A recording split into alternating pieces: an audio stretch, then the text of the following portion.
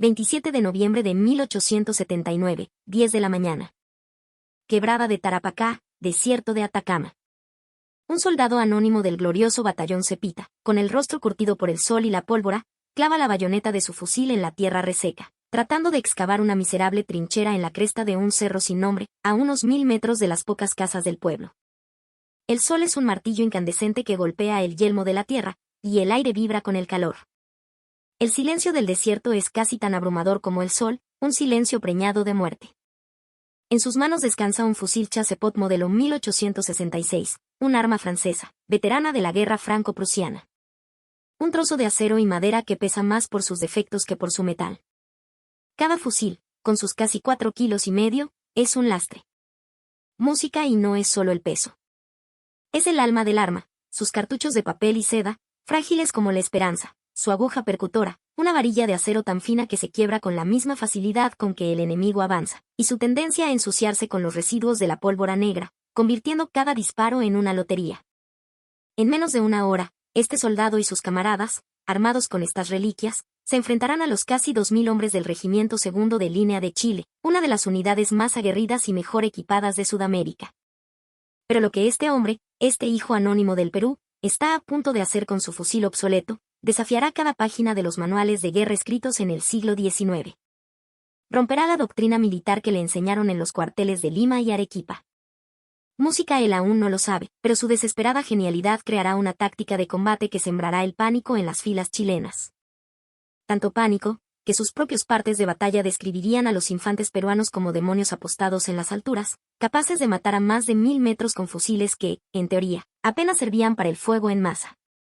Para entender la magnitud de esta hazaña, primero debemos sumergirnos en la tecnología y la doctrina de la época. ¿Por qué lo que este soldado hará se consideraba, literalmente, imposible? El fusil Chassepot, diseñado por Antoine Alphonse Chassepot, fue revolucionario en 1866. Su mecanismo de cerrojo y su cartucho combustible le daban una cadencia de tiro superior a los fusiles de avancarga.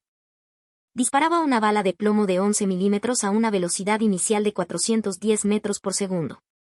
Su alcance efectivo máximo, según los manuales franceses, era de 1200 metros. Un número impresionante sobre el papel. Pero el papel no sangra ni siente el calor del desierto. El peso del arma con su larga bayoneta superaba los 5 kilos. Su mecanismo de obturación, una arandela de caucho, se desgastaba rápidamente con el calor y los residuos, provocando fugas de gas que quemaban el rostro del tirador. La aguja percutora era su talón de Aquiles. Los soldados peruanos aprendieron a llevar varias de repuesto, si es que las tenían. Según la doctrina militar de la época, heredada de las guerras napoleónicas y perfeccionada por los prusianos, los fusiles de infantería tenían una única función: el fuego de voleo, el fuego en masa. No se apuntaba a soldados individuales a larga distancia. Se apuntaba a una zona, a la masa del enemigo que avanzaba en formación cerrada. Se disparaban descargas coordinadas, por filas o por batallón, para crear un muro de plomo que detuviera una carga. La precisión individual era un lujo, una fantasía. Lo que importaba era el volumen de fuego, la disciplina para recargar y disparar al unísono. Usar un Chassepot como un fusil de francotirador, apuntando cuidadosamente a un oficial a más de 800 metros, era considerado una locura, un desperdicio de la escasísima munición y una táctica completamente inútil. Los fusiles no tenían miras telescópicas, solo alzas de hierro básicas, diseñadas para apuntar a la altura del cinturón de una formación enemiga, no a la cabeza de un hombre. Pero nuestro soldado del Zepita no ha leído a Jomini ni a Clausewitz. Él ha leído el terreno, la sed en la garganta de sus compañeros y la arrogancia en el avance del enemigo. A las 10:30 de la mañana de aquel 27 de noviembre, los vigías peruanos, apostados en las cumbres, anuncian lo inevitable: nubes de polvo al sur. Son las columnas chilenas, que avanzan desde San Francisco con la confianza que les da su victoria anterior. Se estima que 2000 hombres, la flor innata de su infantería, se dirigen directamente hacia la quebrada, donde las diezmadas y exhaustas divisiones peruanas intentan reorganizarse. El coronel Andrés Avelino Cáceres, el brujo de los Andes, da la orden: a las alturas. Defender cada palmo de terreno. El soldado del Zepita y los restos de su batallón trepan por las laderas, buscando posiciones dominantes. No son 4 ametralladoras, sino apenas un puñado de hombres por cada sección. Un oficial, 2 sargentos, y quizás 30 fusileros, muchos de ellos descalzos, con los uniformes hechos jirones, pero con la determinación grabada en el rostro. Cada soldado lleva consigo apenas 40 cartuchos, un tesoro más valioso que el oro. El soldado, llamémosle Mariano, se coloca junto a dos compañeros en una pequeña cornisa rocosa. Tienen un campo de tiro despejado sobre la cuesta que el enemigo deberá escalar. Mariano tiene a su cargo a estos dos hombres, apenas muchachos de los Andes, tan asustados como él, pero listos para cumplir con su deber. Son 3 hombres para defender 50 metros de frente. A las 12 del mediodía, bajo un sol que raja las piedras, la artillería chilena comienza a rugir, ablandando las posiciones peruanas. Poco después, las cornetas del segundo de línea tocan a degüello. Comienza el asalto. El famoso regimiento chileno, comandado por el teniente coronel Eleuterio Ramírez, avanza en una formación impecable, una máquina de guerra europea en pleno desierto sudamericano. Avanzan en 2 escalones, con las bayonetas caladas brillando como un bosque de acero. Su objetivo, romper el centro de la línea peruana con una carga frontal, arrolladora, diseñada para quebrar la moral del defensor con su disciplina y ferocidad. Los chilenos avanzan gritando ¡Viva Chile! Los fusiles Chasepot de los peruanos abren fuego al unísono, siguiendo la doctrina. Compañía, a 800 metros, apunten. ¡Fuego! Una nube de humo blanco y denso cubre la ladera. El olor acre de la pólvora negra llena el aire. Los Chasepot disparan. 3 fusiles disparando con la mayor rapidez posible producen apenas 6 o 7 balas por minuto. Los chilenos avanzan directamente hacia esa cortina de plomo dispersa. La primera descarga peruana es imprecisa, pero detiene momentáneamente el avance. Algunos chilenos caen, pero la formación se recompone y sigue subiendo la cuesta. Pero entonces llega la respuesta.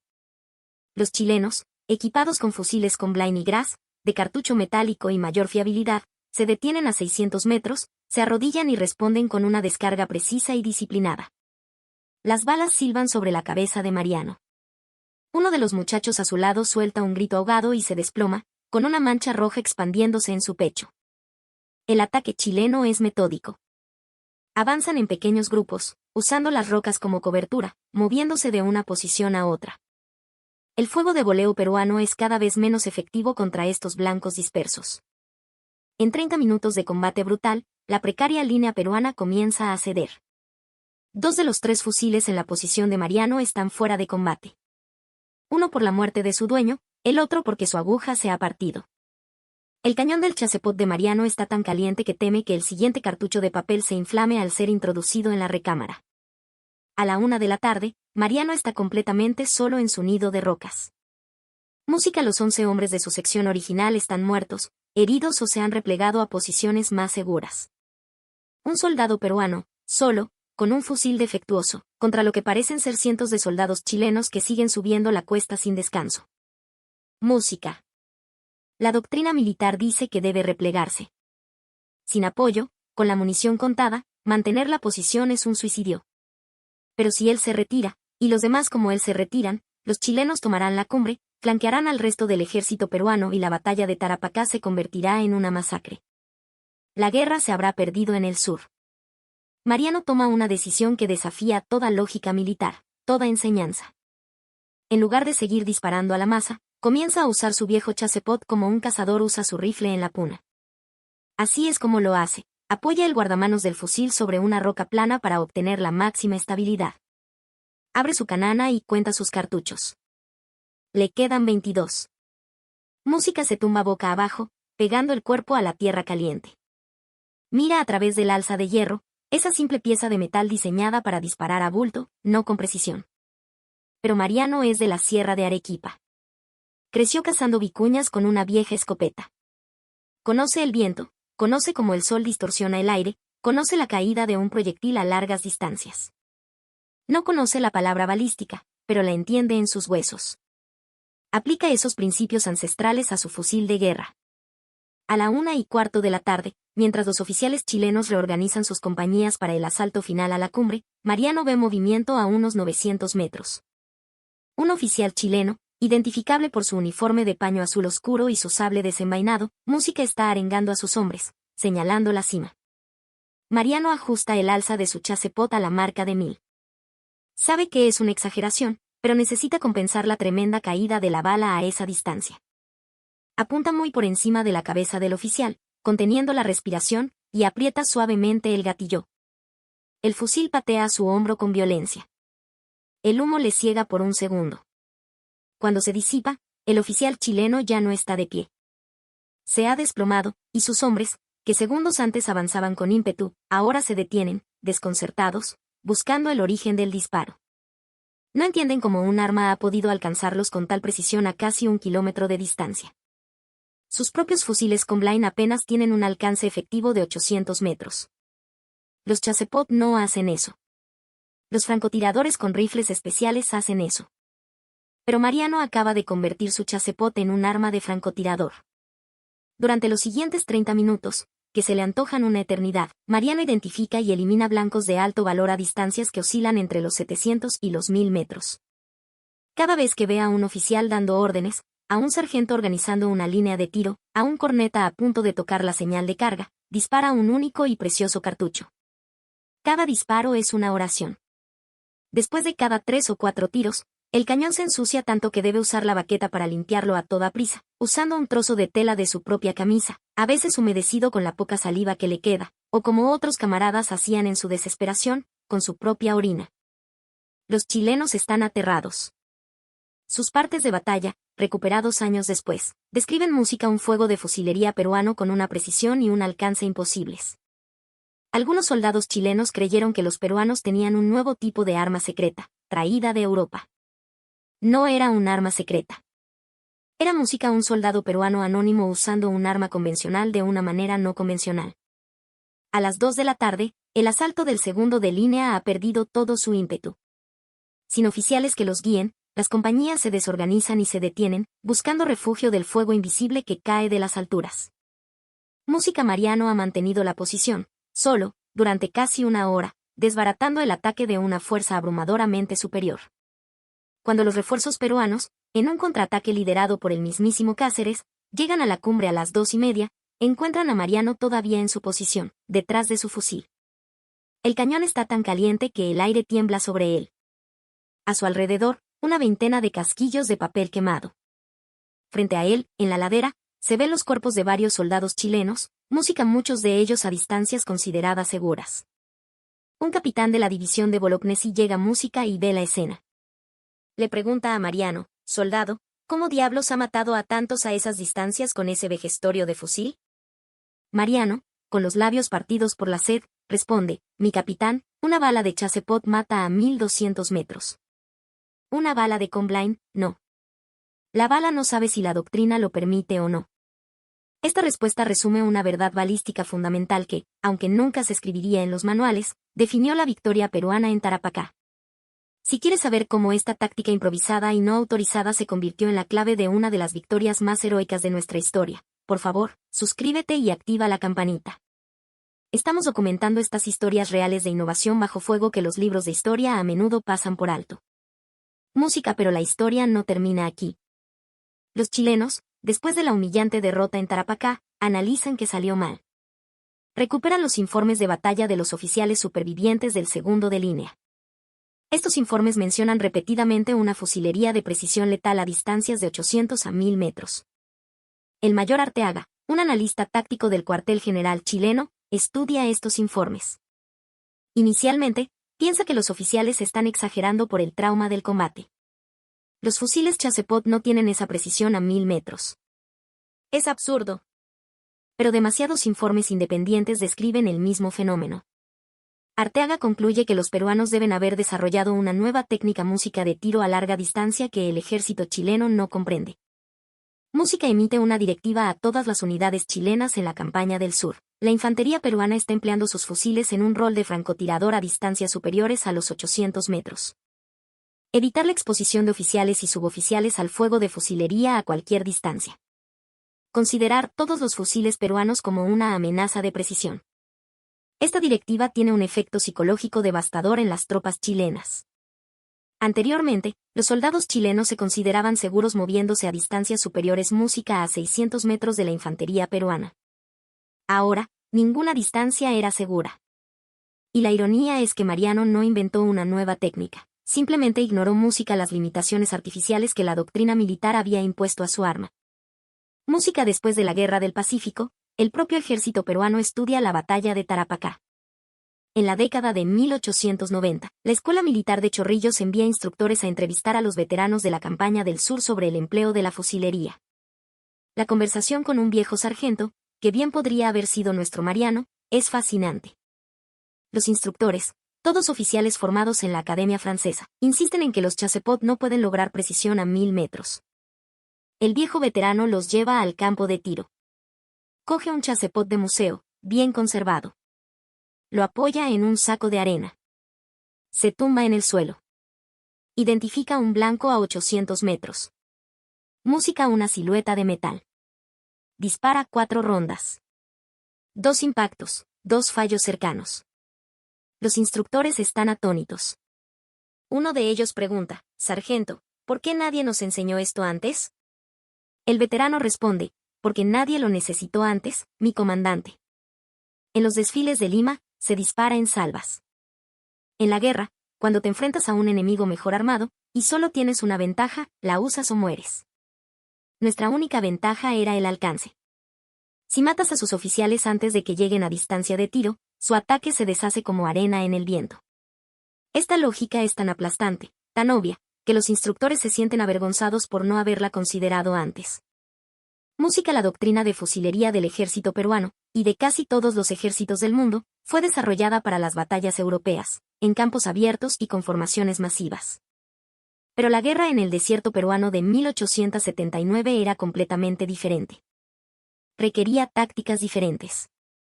En las décadas siguientes, la leyenda de los tiradores de Tarapacá se convierte en parte del acervo del soldado peruano. Se enseña informalmente, de veterano a recluta. La idea de que el ingenio y el conocimiento del terreno pueden superar la superioridad tecnológica del enemigo. El cambio es cultural. En la campaña de la Breña, los montoneros de Cáceres, armados con fusiles viejos y a veces solo con hondas y galgas, usarían tácticas similares de precisión y hostigamiento a larga distancia para diezmar a las columnas chilenas. Música. En la defensa de Lima, en San Juan y Miraflores, en enero de 1881, los reservistas peruanos, muchos armados con viejos chassepot y Peabody, intentan replicar esta táctica desde las alturas de los cerros, infligiendo graves bajas a los regimientos chilenos antes de ser arrollados por el número de la artillería. Música. Pero los chilenos también aprenden. Después de Tarapacá, cambian sus tácticas de asalto frontal. Utilizan más a sus exploradores, avanzan en formaciones más dispersas y sus oficiales dejan de usar uniformes distintivos para evitar ser identificados. Esta adaptación chilena salva vidas en su bando, pero también demuestra que la táctica de Mariano fue tan efectiva música que obligó a todo un ejército a cambiar su doctrina por completo. Mariano de los Santos, un sargento real del batallón Ayacucho, que capturó un estandarte chileno en la batalla, y otros héroes anónimos como nuestro Mariano del Cepita, recibieron condecoraciones por su valor. Las citaciones oficiales mencionan que mantuvieron sus posiciones contra fuerzas enemigas superiores. No mencionan que lo hicieron usando un fusil obsoleto como un arma de precisión, porque esa técnica aún no era reconocida formalmente por ningún ejército del mundo. Pero los soldados que lucharon en Tarapacá conocen la verdad. Sus apodos para estos hombres eran los fantasmas de la quebrada. Música. Después de la guerra, los veteranos como Mariano volvieron a sus vidas sencillas, a cultivar la tierra o a trabajar en las ciudades. Siempre enseñaban la misma lección a sus hijos y nietos: las armas no tienen limitaciones, los manuales tienen limitaciones. En la batalla, usa el arma de la manera que mantenga vivo a tu país. Esta filosofía se convirtió en parte del ADN del soldado peruano. Es por eso que nuestras fuerzas tienen una reputación de resiliencia e innovación táctica, no siempre porque tengamos el mejor equipo, sino porque tenemos la capacidad de usar el equipo que tenemos de maneras no convencionales. Los chilenos nunca olvidaron Tarapacá. Documentos de la época recuperados describen el 27 música de noviembre de 1879 como el día que descubrimos que los peruanos no pelean según los libros. Un oficial chileno escribió en su diario: el enemigo convierte armas de línea en armas de precisión. Convierte una defensa desesperada en un ataque letal. Convierte una derrota segura en una victoria imposible. No entendemos cómo piensan. Esta incomprensión chilena de la flexibilidad táctica del soldado peruano contribuyó a su derrota en Tarapacá. El ejército chileno operaba según una doctrina rígida, prusiana, desarrollada durante décadas. Cuando esa doctrina fallaba ante un terreno y un enemigo inesperados, no sabían cómo adaptarse. Los peruanos, en cambio, Adaptaban constantemente, improvisaban, experimentaban.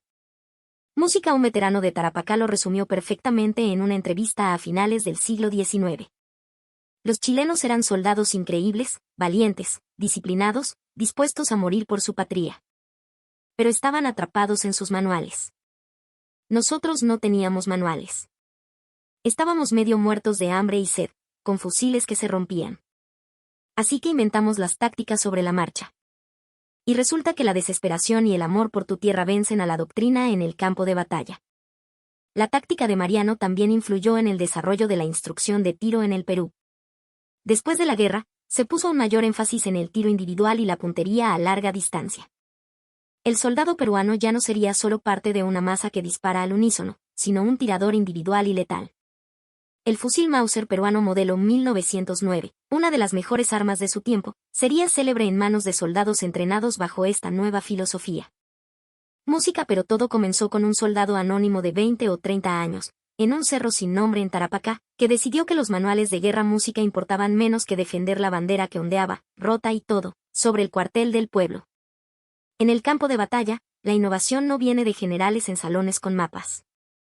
Viene de soldados y sargentos bajo el fuego enemigo que tienen 30 segundos para resolver un problema antes de morir. Nuestro Mariano tuvo 30 segundos para decidir si seguir la doctrina y retirarse, o ignorar la doctrina y música pelear. Eligió pelear.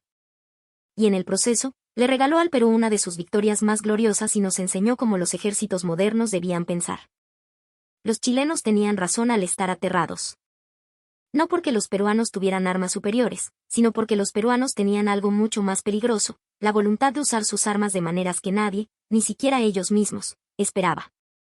¿Qué opinas de esta increíble táctica no autorizada que cambió el curso de una batalla? ¿Conocías la historia de cómo un soldado peruano convirtió un fusil defectuoso en un arma de francotirador? Escribe Cepita en los comentarios si esta historia te ha revelado algo que nunca habías escuchado. Suscríbete para más relatos verificados de innovación y valor peruano bajo fuego que cambiaron el curso de nuestra historia. Cada semana traemos historias que los manuales olvidaron, pero que los peruanos jamás debemos olvidar. Activa las notificaciones para no perderte ningún